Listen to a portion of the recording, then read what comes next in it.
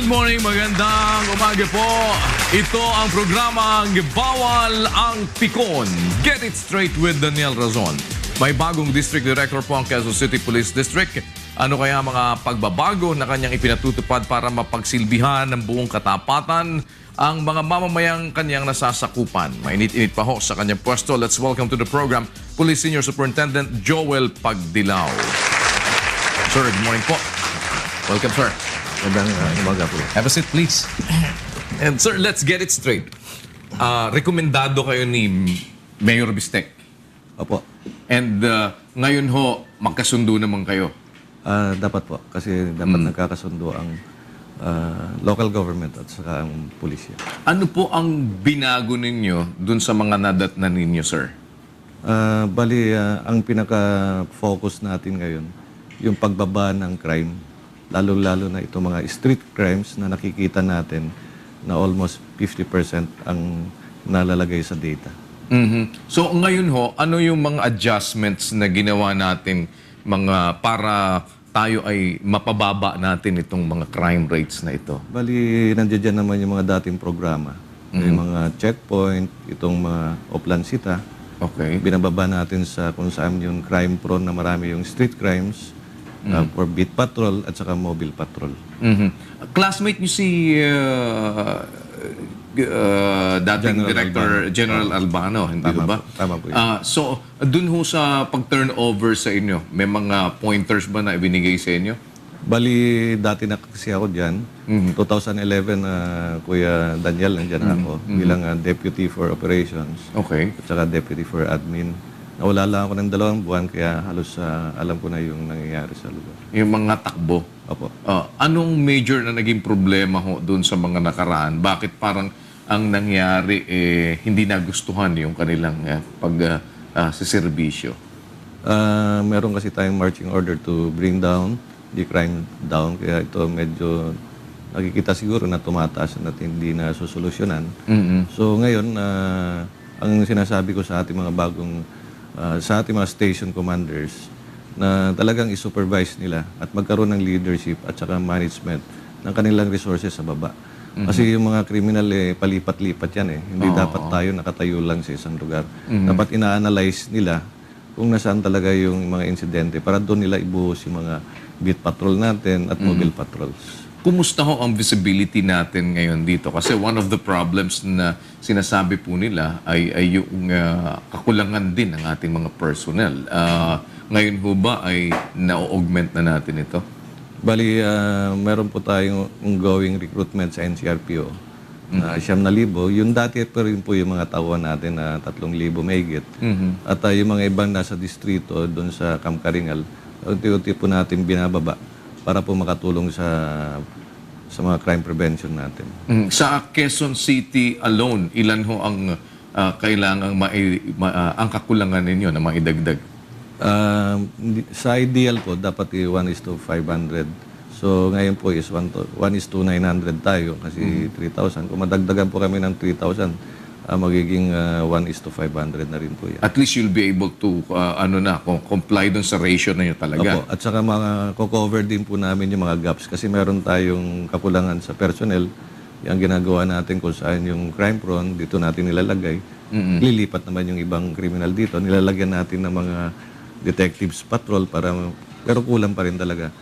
Kaya yung isang naisip natin dito is hingi ng tulong ng mamayan. Para kung meron mang mga suspicious persons, suspicious activities, suspicious na motor vehicles, may tawag sa pulis. Have you checked on the reports po tungkol dun sa mga talagang actual na figures ng mga crimes na nangyayari dito sa Quezon City? Kasi may mga reports din na parang pinapakinis yung report. Hindi na po pwede yung ngayon kasi meron po tayong audit team. At meron din pong audit team ang National Headquarters at saka ang Regional Office para po tingnan kung tama pong nilalagay po dun sa blatter at binibilang. So, ang ano po natin is daily monitoring po ng mga nangyayaring crime incidents para malaman din po natin kung saan po natin ilalagay yung mga deployment po ng mga patrollers natin. Malalakas ang loob ng ibang mga kriminal dito sa Apparently, meron ng mga sinasabi kasi may mga backup sila kagaya nga nitong mga nangyayari na meron pang mga tao sa loob. Ngayon ba, paano ho ninyo sinisigurado na wala nang masyadong natitirang mga skalawag dyan sa loob? Meron naman po tayo mga dating listahan ng mga watchlist binabantayan. Okay. At ito po dinadaan din po natin sa counseling para po maibalik po nun sa ethical standard at saka sa integrity ng police. So ito po para magkaroon po siya ng tamang pagsiservisyo. Ang iba naman kasi dito, hindi natin alam kung may problema sa pamilya o may problema na nasasalihan ng mga hindi natin alam ng mga sindikato. So ito, kasama ito sa background investigation sa police natin. So ano ang ginagawa natin ngayon doon? Sa inyo bang mga nasasakupan ngayon sa Quezon City, merong mga ganon na parang under rehab? Wala naman po. Meron tayong mga listahan lang kung sino yung mga medyo... Kasi una dyan, hindi pumapasok. Okay. Diba? Nag-aawol. So ito, pinapatingnan natin kung anong problema. Baka naman may problema lang sa pamilya o baka naman ito'y nasasangkot na sa isang sindikato. At yung iba naman, maaaring meron ng tip kayo na ito meron ding mga nagbibigay ng mga tips na ito baka involved sa ganito. Pinapa-background investigation na rin natin. Ngayon ho, kumusta ang Laloma? Laloma medyo okay naman po sila at tuloy pa rin ang pagtatrabaho. Sabi ko nga, huwag kayong ma-low moral dyan. Gampanan nyo lang ang trabaho nyo bilang alagad ng pulis. Have you felt somehow na may demoralization sa Hana, especially ng mga nasa Quezon City Police? Sa unang mararamdaman mo yan kasi marami kasi ang gumagawa ng mga magaganda dyan. Marami yung gumagawa ng talagang nagtatrabaho bilang alagad ng batas para mapanatiling tahimik ang Quezon City at makatulong sa pag-unlad ng lungsod Quezon. So ngayon, pag nakakarinig, nakakikita sila ng mga kapwa nila pulis na involved sa ganyan, malulungkot din. Pero damay parang nadadamay sila na gumagawa sila ng mabuti. Pero ang napapansin, yung mga ilan lang pulis na mga loko na talaga namang hindi namin tinotolerate. At sinisigurado namin na ito mapaparusahan. Kumusta ho dito ngayon yung monitoring nyo sa mga riding in tandem at saka yung mga petty crimes? Bali, meron po tayong daily monitoring sa lalo na sa mga robbery and theft, carnapping of motor vehicles at carnapping of motorcycles at saka po yung murder and homicide. Daily po, minomonitor natin yan at saka mga police station commanders para po ina-analyze nila yung So far, nung buwababa po tayo. So makikita po yan doon sa mga records na daily. Kasi ito naman po talaga ang mandato. At ito rin po ang kagustuhan namin. Ano ho ang nakikita ninyong factor ngayon na nakakapagpababa nito kung sakali na siguro dapat yun ang mas pursigihing maipagpatuloy? Bali, nandiyan naman po yung mga programa. Parang sinasabi ko nga sa kanila, we should provide leadership. We should be managers dun sa field. We should be counselors. We should be motivators sa mga tao natin. Kasi pagka sinabi nila nagpapatrol, iba naman, hindi naman nagpapatrol talaga. So yun lang naman ang kailangan. They should provide leadership at saka management sa baba. At nakikita ng mga kapwa-pulis nila na yung mga commanders bumababa at tinitingnan yung mga trabaho nila. Ano ba pinatututukan sa inyong husto ngayon ni Mayor Bistek? Yun din po, yung pagbaba ng krimen. Kasi alam niyo po, pag mataas po ang krimen sa atin, naapektuhan po ang katahimikan at yung pag-unlad po ng isang lugar. Ito ho bang area na to mula dito sa tapat natin hanggang doon sa Quezon Ave na monitor ninyo? Kasi ho, ang dami ho naming report dito, pati yung ibang mga kasama pa namin, nabibiktima ho ng snatching, nabibiktima ng hold-up. Lalo na po dyan, yung mga ginagamit nila yung mga overpass. Exactly. Daanan ng tao. May nagtatago kung minsan. Nakipag, sa mga tao, pero pagka na dukutanggat, bigla silang tatawid. Alam po namin yan, kaya po naglalagay po kami dyan ng uniform at saka yung iba yung detectives natin para mahuli. Kasi pagka nakikita nilang may uniform dyan, lilipat lang sila ng ibang lugar. Exactly. Kaya minsan ang ginagawa natin, naglalagay tayo ng detective patrol para yung mga polis, hindi sila naka-uniforme. Mahuli nila itong mga kawatan dyan. So may mga ununiformed, kumbaga in civilian na ginagamit kayo na ho dito sa area na to. Opo, Kuya Daniel. How about the use po ng ating ng mga CCTV? Kumusta ho dito sa Quezon City? I believe na it helps a lot. Ano ho?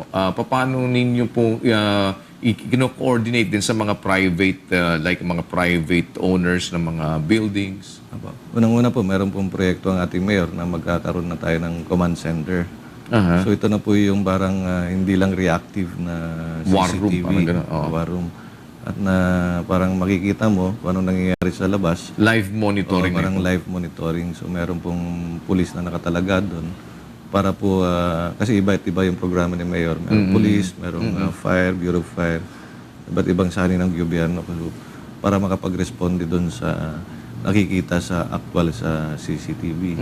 Pangalawa, yung sa business naman, establishments, meron namang ordinansa ang city government na dapat lahat ng business dito sa Quezon City, especially yung mga 24 hours, dapat merong CCTV. Malaking tulong to sa pulis pagkat ito, kung meron nang nangyaring krimen, ay mababalikan namin yung CCTV at kung sino yung gumawa nito. Pero mas maganda yung proactive na CCTV na merong talagang actual na nagbabantay para nakikita at madaling ma-respond yan. So ang nababantayan ho ninyo ngayon dun sa actual na CCTV na meron tayo, ilan ho ba ang CCTV natin within Quezon City? Bali, yung command center, Kuya Daniel, hindi pa po yan na equipment.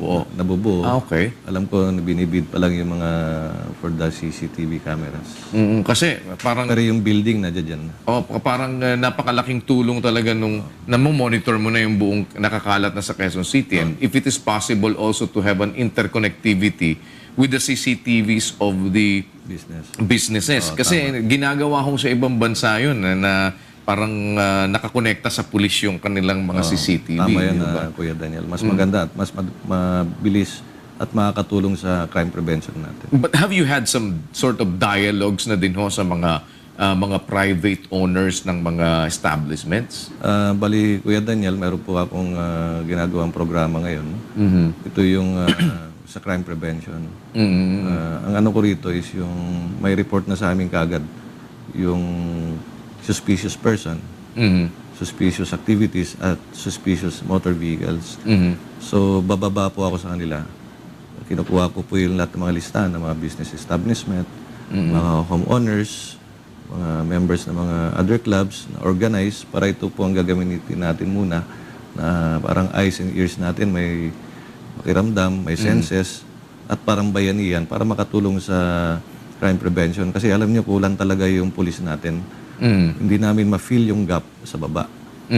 Sa lawak ng Quezon City at sa lawak ng populasyon. So ito yung programa na i-engage ko yung community para makatulong sa crime prevention. Pero paano ho ang reporting? Kasi kagaya ng sinasabi rin ng mga kasama natin sa PNP na medyo may problema pa rin tayo doon sa 117 eh. Opo. Dito sa Quezon City, ho ba may specific na parang ginagamit kayo for us to be able din naman to help you Meron out? po kaming na po kami, itong numero na to, ibibigay po namin sa mga organized community na katulad nyo po. Para po anytime kung saan kayo, aware po kayo sa surroundings nyo. Kung meron kayong nararamdaman na suspicious, pwede nyo na po itawag. At ang sisiguraduhin naman po namin na may darating na pulis na i-check po kung sino po yung tinawag niya na suspicious person or activity na nakikita nyo. Ito po yung malaking bagay para pong human CCTV na malaking tulong at hindi pa po magastos. So, ano hong number ngayon? May bago ba? Ito, hiwalay kasi sa 117, dahil parang dinevolve na ninyo para mas maliit yung sakop at mas hindi magka-clog yung mga tawag. Opo, parang ito po yung initiative po ng Quezon City Police District para po makatulong po ang mamayan. Hingin po namin ng mamayan. Parang bayanihan po tayo lahat dito sa lugar na to. Para po masugpo po natin yung mga kriminal at kasi parang walang takot na eh. So anong number ho, sir? Ito pong number na po to, sir. Wala pa? Wala pa po. 3 numero po to. Okay. Yung sa 3 service providers natin. At ibibigay po namin to sa mga organized community. Alright. Kasi pag binigay po natin to sa mga... So hindi ito for public? Opo, kasi pag binigay po natin to for public, baka po puro prank May calls. mga prank calls. So, Marami naman po tayong organized community na katulad na binanggit po sa inyo. Na katulad niyo po sa media na very responsible, good citizens. Mga clubs dyan na Rotary, Kiwanis, okay. yung mga homeowners, presidents, yung mga transport groups. Para po sa kanila to. Para po maprotektahan po nila ang kanilang sarili. We can prevent crime. At marami pong tutulong po sa amin. So 3 numbers lang ito rin, ano? Parang yung 117. When do we expect this to be out, sir? Ang gagawin po namin ay tinitrain na po namin ito mga call center volunteers. Ito po ang tawag po namin dito, mga volunteers. Meron po kami parang call center. Ito po yung tatanggap ng mga tawag 24/7. Ito po yung mga volunteers natin para yung mga tatawag po, i-training pa po namin sila. Ipa-rehearse din po namin sila para yung mga patrollers po sa baba at yung call center at nagkakatugma po yung mga binibigay na informasyon doon sa gagawin namin pro format para hindi po masyado matagal yung pagbibigay. Kunwari, may tatawag. Nasaan po ang lokasyon nyo? Ano pong nung kasuotan nung tinatawag po ninyo? Ano pong ginagawa nyo suspicious para po alam po nung patroller kung ano po yung pupuntahan at madali po yung magiging responde. At least this can be implemented po within the year. Opo. Alright. Hindi na po ito tatagal. Baka itong October or November na-implement na po. Alright, that's good. Yun hong, kasi hindi natuloy itong plaka vest eh. Opo. Do you think kayo ba ho, gusto nyo ba yung plaka vest? Bali, Sa mga riding kasi binito ito ni Mayor Bistek eh. Opo, sa ibang mga bansa po, bago po na yan ni-launch ni General Albano, talagang ito po, tinignan po yung doon sa bansa, iba't ibang bansa na in-implement po yung plaka vest para po doon sa panlaban natin sa motorcycle riding criminals. So, siguro sa isang bansa, maaring epektibo dahil ito po ay para sa buong bansa. Pero kung dito lang po sa Quezon City, sana po kung sa buong Metro Manila sana magiging maayos. Hindi naman siya unified eh. No? Hindi po unified. So sana po magiging unified para ang isang problema dito sa Metro Manila masosolve talaga. Hindi lang po dito sa Quezon City. Nababantayan nyo ba ngayon yung binabanggit ho na mga quota system? Wala ba kayong mga reported na mga iba't ibang mga presinto na kailangang magbigay kay ganito sa kanilang... have you heard of that? Dito po sa Quezon City, wala naman po tayo mga ganyan dapat. Trabaho po rito, kailangan po magiging maayos po ang pagsiservisyo bilang alagad ng pulis. Ang kota-kota system na yan, maaaring katang-isip, pero dito po sa Quezon City, wala po yan sa amin. Ngayon ho, ano ho ang advancement natin when it comes to, kasi ang ano natin yan, technology no? Pati na yung mga equipment, pati na yung lahat ng mga additional natin sa Quezon City. Sir, before you explain that, we'll pause for a break.